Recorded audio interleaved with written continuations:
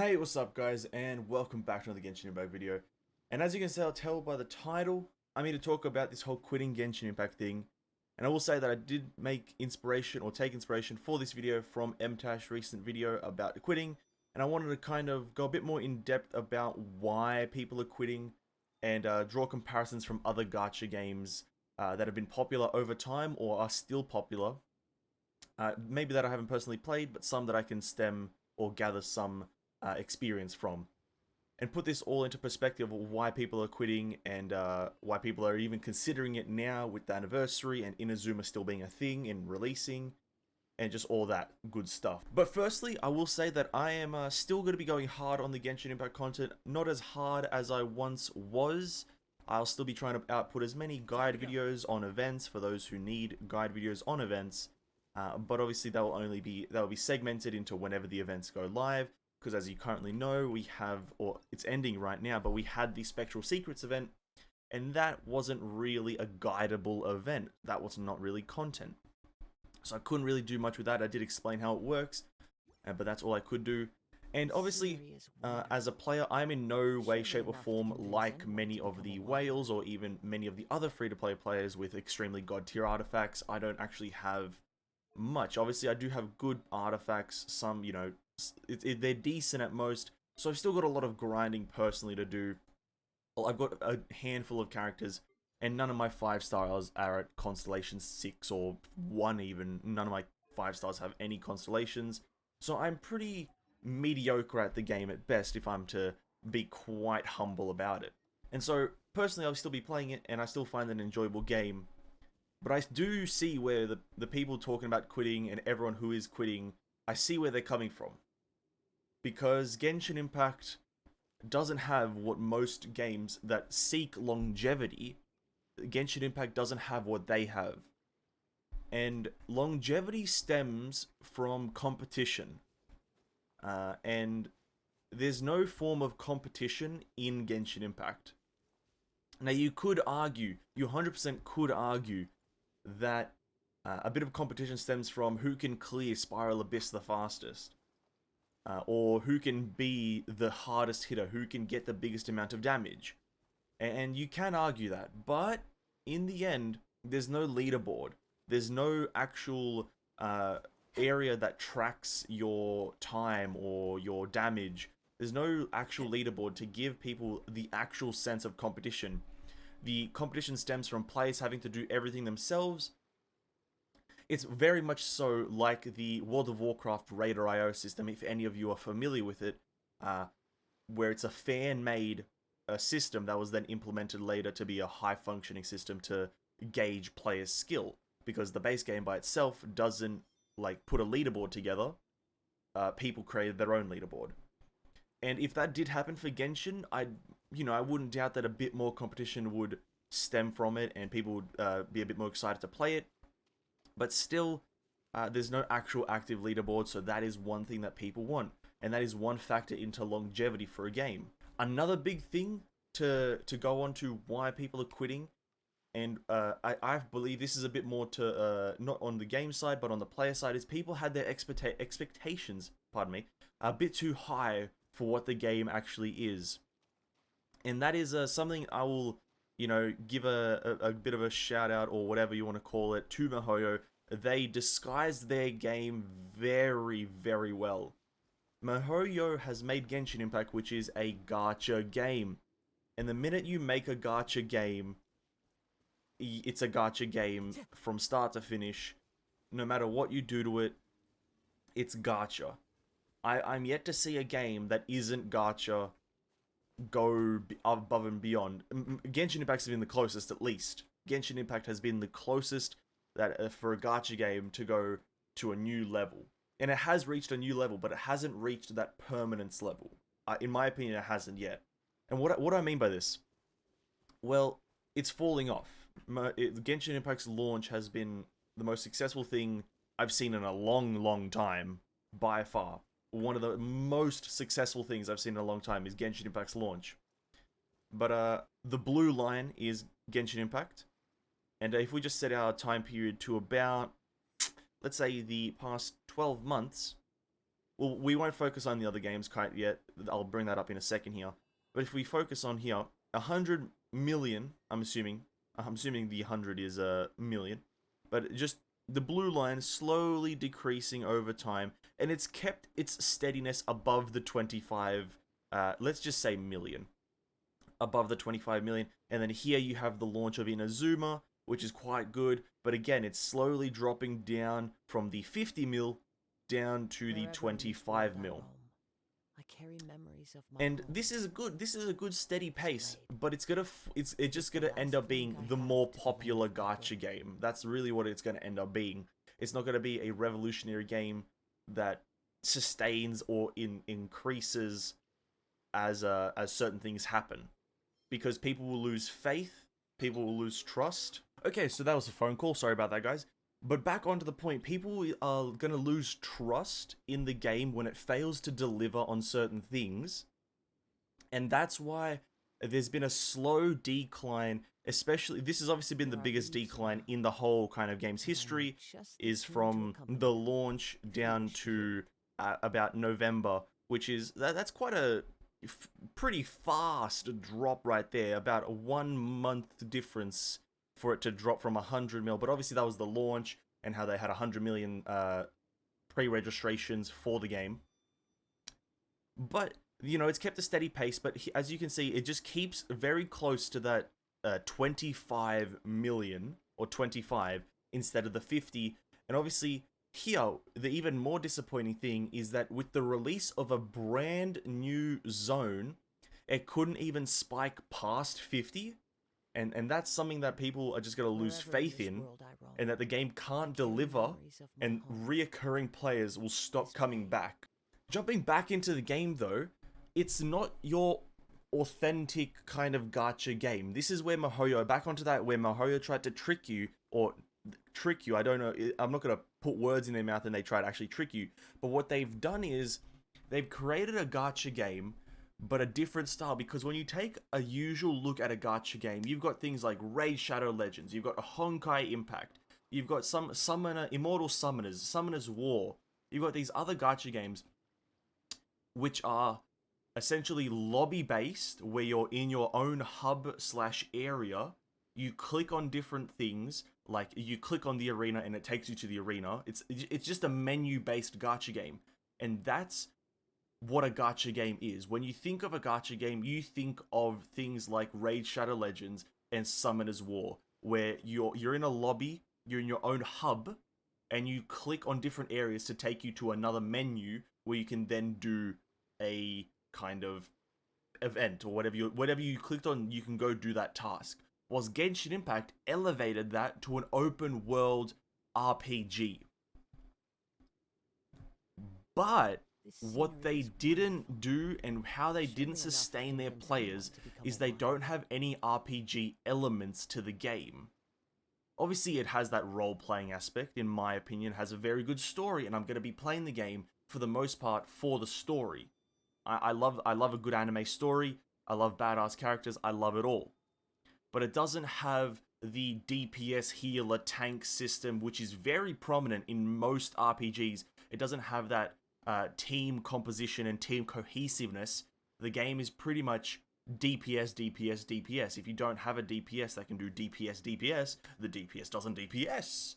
So it's failed in, and the DPS healer tank thing is a core component of the RPG system, and Genshin Impact doesn't have it. You can say that Zhongli or Barbara are tank and healer respectively, but in the end, it's not, you know, their primary focus. Your primary focus with these characters is just to have them there for that little role, and then you never use them unless they're required, and even then, they still can be built 100% for damage or 100% for whatever they want. Zhongli can have a shield the size of just the Empire State Building, or he can have damage with a meatball.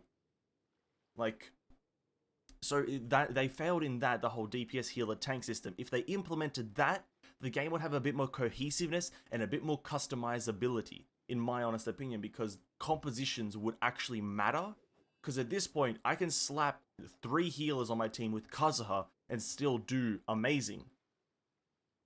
even though that would be 3 healers and 1 DPS. The composition would be terrible. And another aspect of that RPG element is, now this is a bit of an up and down one, is the stats. The stats are so important. Now, if we go into Genshin Impact stats, we have a lot of different stats. We have crit rate, crit damage, healing bonus, incoming healing bonus, energy recharge, cooldown reduction, shield strength, pyro res, pyro damage, all the reses and damages. We've got attack, defense, elemental mastery. We've got a lot of stats here to work with. But you don't use half of them. I've never seen my incoming healing bonus go up. Generally, you don't actually need healing in the game. Cooldown reduction is not malleable. You can get 10% cooldown reduction or 0%, so it doesn't actually do anything.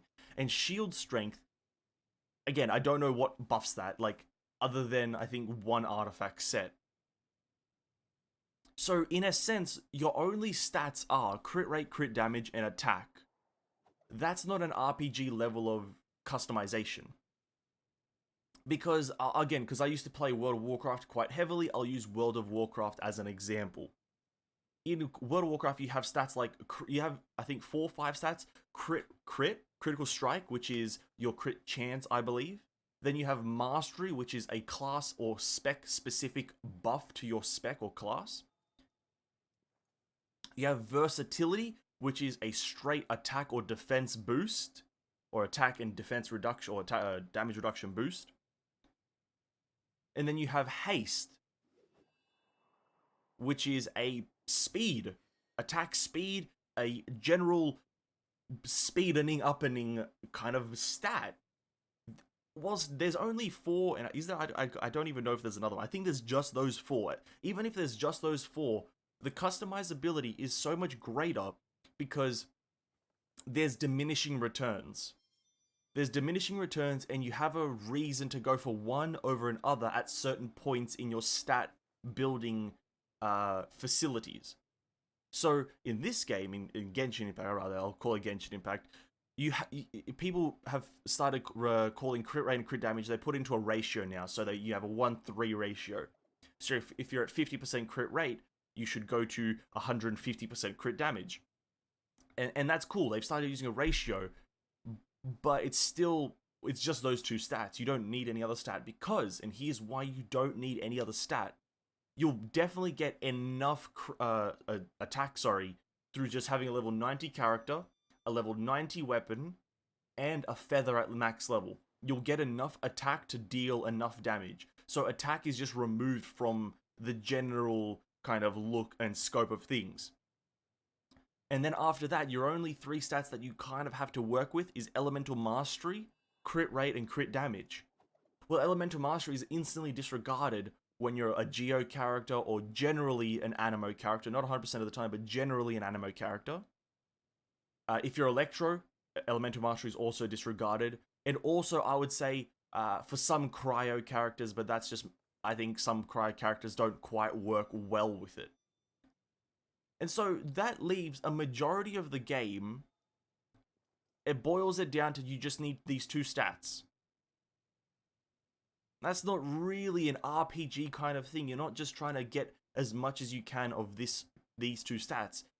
Just get 50% crit rate and then just funnel into crit damage. That's the general census in Genshin Impact. Also in World of Warcraft, with actual good RPG elements, it has, diminishing returns when you have too much crit strike.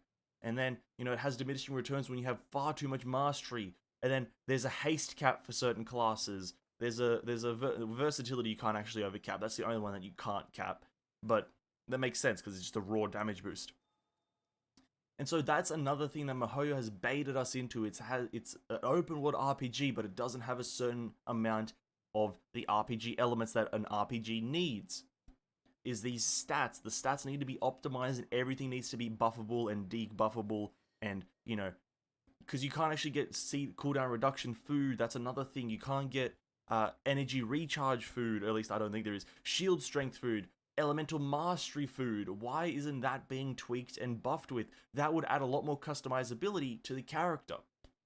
But now let's slow down on dissing Genshin Impact and talking about its problems and why it doesn't have a certain amount of longevity. And let's talk about why I feel the community expected too much as well. And so did I. I fell into the trap. I 100% fell into the trap, and I'm not proud of myself, but we all fell into a trap. Genshin Impact is a gacha game. And if we jump back to the Google Trends little list of games that I've amassed here, and I chose the 4 games apart from Genshin Impact. So Genshin Impact is obviously one of them. Raid Shadow Legends, which is another popular one that I personally have played a bit, and it's kind of just a meme of the online gaming community at this point. Get Raid Shadow Legends, download it now, use my code, whatever it is, whatever the trend is, that was a game. Honkai Impact, another game by MiHoYo, and I think an apt example, Arknights, which is I've heard a lot of good stuff about, and it's very popular apparently. I have never played it. And then Fate Grand Order, which I obviously just looked all these up by popular gacha games, and you can see that some of these are doing rather good in terms of general players. Nothing in comparison to Genshin Impact, obviously, the Genshin Impact being the blue line, Fate Grand Order is the purple, Arknights is the green, Honkai Impact is the yellow, and Raid Shadow Legends is the red. Now this little time span here is in the past 12 months, but I don't want to compare the past 12 months, I want to compare since the earliest games on this list, history. And the oldest game on this list is the purple one, which is Fate Grand Order. Now, so yeah, I'm going to go to this list, and I believe that Fate Grand Order was released in 2012. So we're just going to go, sorry, not 12, 15, 2015, my bad. So we're just going to scroll all the way to 2015, and I believe it was July, but we'll just go to May first. Doesn't really matter, because we'll get the massive scope of things anyway. But you do this, and there you have it. There's the list. Fate Grand Order, a gacha game. I've never played it, but it's a gacha game, so I'm just going to assume it has general gacha systems. It doesn't go, it doesn't spike at the launch, it doesn't do anything at the launch, but then it hits a good sustain of peaking above 25 and then sustaining itself around the 15 to 14. And then another one that releases very soon after, obviously Honkai has had had a million or so around here. I believe Honkai did launch in 2016, so it sustained a million and hasn't gone much above it in general. Raid Shadow Legends, again, that same theme of staying around the 2 to 5 million. Arknights, again, around the 5 million. Did peak around the 11 here. I guess that's near a certain event, or it launched here. I did believe it launched in 2019, though. So I guess that's its launch right there. Or when it got massive traction is the February of 2020. And then you jump up to Genshin Impact. And the pure reason I think that Genshin Impact spiked this high, and I could be wrong, 100% could be wrong, but the reason I believe it spiked this high is because of the traps that it set out. It's those traps that I talked about earlier, where it's an open world RPG gacha game, so keep that in mind. It's a gacha game, but it's an open world RPG compared to Raid Shadow Legends, which I know is a menu-based gacha game. Honkai Impact is a bit more revolutionary with its instance-based and zone-based gacha system, but I still think it has a main menu. Arknights, which I think is a tower defense, don't quote me on that, I've not played Arknights, and Fate Grand Order, which I assume is also just another menu-based gacha game. Then Genshin Impact announces and launches, and it's a open world collecting exploration gacha game. The traps are laid, people fall for them, and people's expectations are too high. People expect way too much. And it's a trap. It's no one's fault. It's definitely none of the players' faults or the anyone's fault other than MiHoYo for setting the traps. At least what I think. MiHoYo laid some traps. We fell for them, and it is what it is. It is what it is. You can't do much about it. But now that we've addressed why people are quitting, why the game is losing popularity, and why people are losing faith in the game, I just want to say, or come up with one or two ideas just off the top of my head of how you could fix it, how the game could regain its, maybe not its original 100 million player population. That is not going to happen again. Not many games have that. But how it can at least go from dropping and slowly going from the 50 mil here or so. We actually will go back to the past 12 months because that's the whole game's longevity. But how it can go back from being the, you know, the almost 50 million consistent, which is around here, it almost spiked right back up to 50 mil, to where it goes up to 50 and then drops right back to 25. I want to just point out a few ideas or concepts that it could adopt from different games, because that's what games are all about. No game is going to be perfect if it doesn't take inspiration from other games. And take inspiration is key. Don't copy, take inspiration from. That's the reason Final Fantasy XIV online, or yeah, I'm pretty sure it's online, is so popular. It took inspiration, and the devs have admitted that they took an inspiration from WoW, but they took the inspiration and they made it better. They made it better and more cohesive. And here are the systems they could implement. Just actually have a leaderboard. Have a more expansive arena-based kind of, you go into it, you kill enemies of a high level, and then you go into a certain thing, and then you have a time tracker. You have some sort of, let's say damage tracker. That's a bit harder to do or a bit weird to kind of gauge, but you have some sort of tracker for time, and you go into a leaderboard, and hey, they could have some primo gems tied to it. So if you're in the top 10 players, you get a bunch of primos, let's say 600 or so primo gems just for placing in the top 10 players. But then after the top 100 players, who are, after the top 10, then it's the top 100 or 100 to 20 or 100 to 10 rather, they get 350 primos, and then obviously these are just spitballing numbers. They should come up with the numbers themselves and be good about it. Let's be good about it, Mahoya. Don't just be stingy. But, after that, they go into percentiles. Okay, so you fell into the 95th percentile, you get this amount of primo gems. Oh, you fell into the 86th percentile, you get this many primo gems. That is a leaderboard. That's how you would do a leaderboard, and that's how you would give incentive to be better and have more consistent players. Because this is a gacha game, that's really all the repetitive gameplay there is just going into an arena, fighting enemies, and getting better and better scores. But that is one answer that I have to the increasing the longevity of Genshin Impact.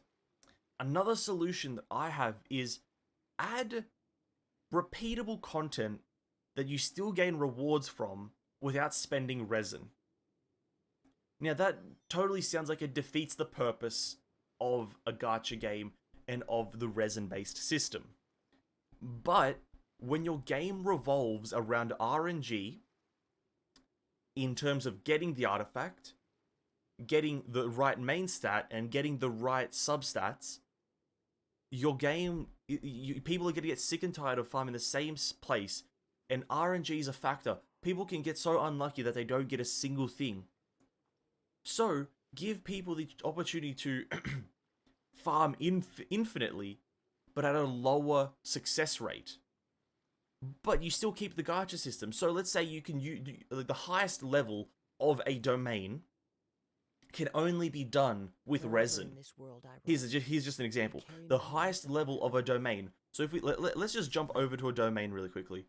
I don't know which one to jump over. Let's just jump over to the Severed Fate domain. But it's just the highest level is done with resin, and then every level below it can be done for free, or even at a cheaper cost of resin. Because you're essentially, if you can already do the highest level of it, that means that's the one that you want, and that's the one that you need. So the ones at the bottom are just less important in general. So if we jump into the Severed Fate domain right here, you can get from the final one, for every 20 resin you spend, you get a guaranteed 5-star. It's guaranteed for every 20 resin you spend, but that's 20 resin. But let's say in this example, you do the third one, or the Autumn Hunt 3, I think it's a chance at a 5-star. Make that one 10 resin. Or make it free. 10 resin or free. Because, well, it's a chance at a 5-star. And it's a chance at a 5-star of a random out of 10 artifacts that you need.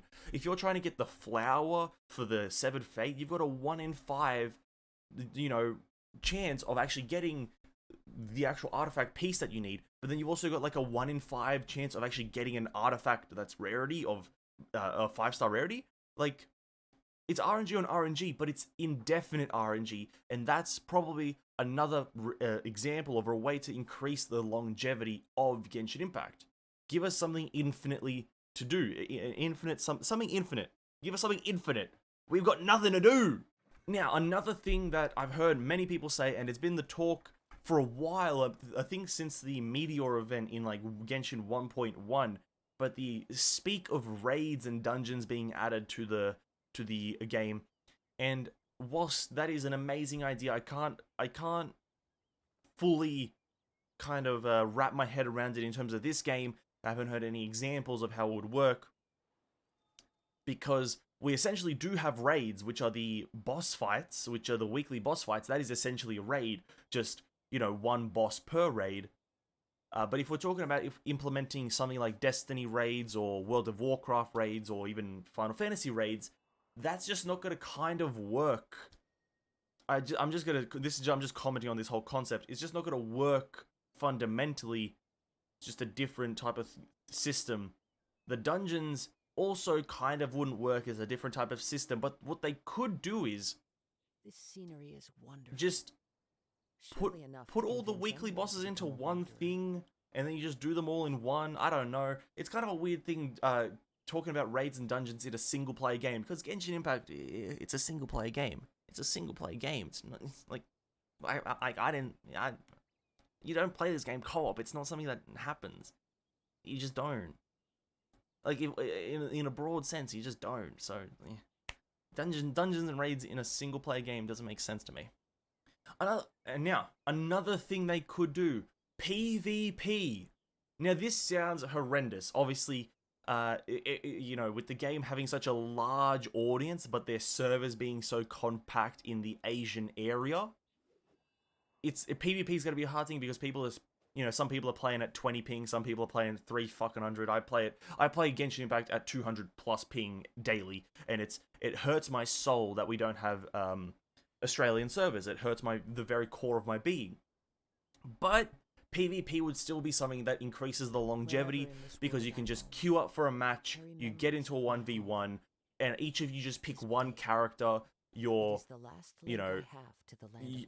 player gets to, let's say, put their character together in the time span of a minute. You get to choose your artifact, a weapon, and then so on and so forth. That obviously is an option. PvP is in many gacha games. Raid Shadow Legends has PvP. I'd assume like Arknights and Fate Grand Order have some sort of PvP. The game that I play on my phone, the gacha game, Immortal Summoners, has PvP. And a leaderboard at that. You have a rank 1 player, you have a rank 10th player, you have a PvP system with a leaderboard. That is something they could implement.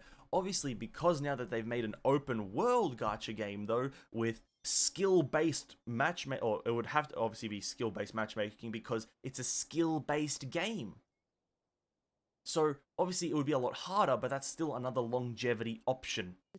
And now, for the final longevity option, is pretty much what every player wants from a gacha game.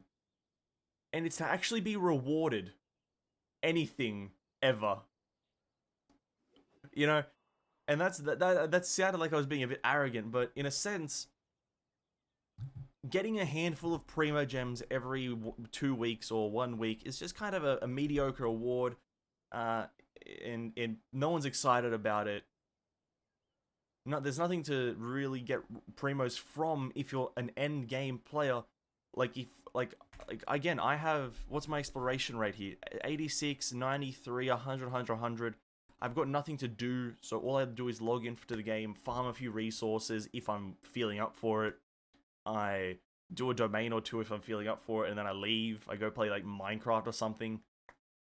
So that's that. So, but if there was ways to earn more rewards, or if we were just given more rewards more frequently, the incentive would be there. And this is the gacha route of getting longevity, is the gacha route of just rewarding players for existing, which is, you know, thanks, but it's not the best method, but I like it, just getting rewarded for existing.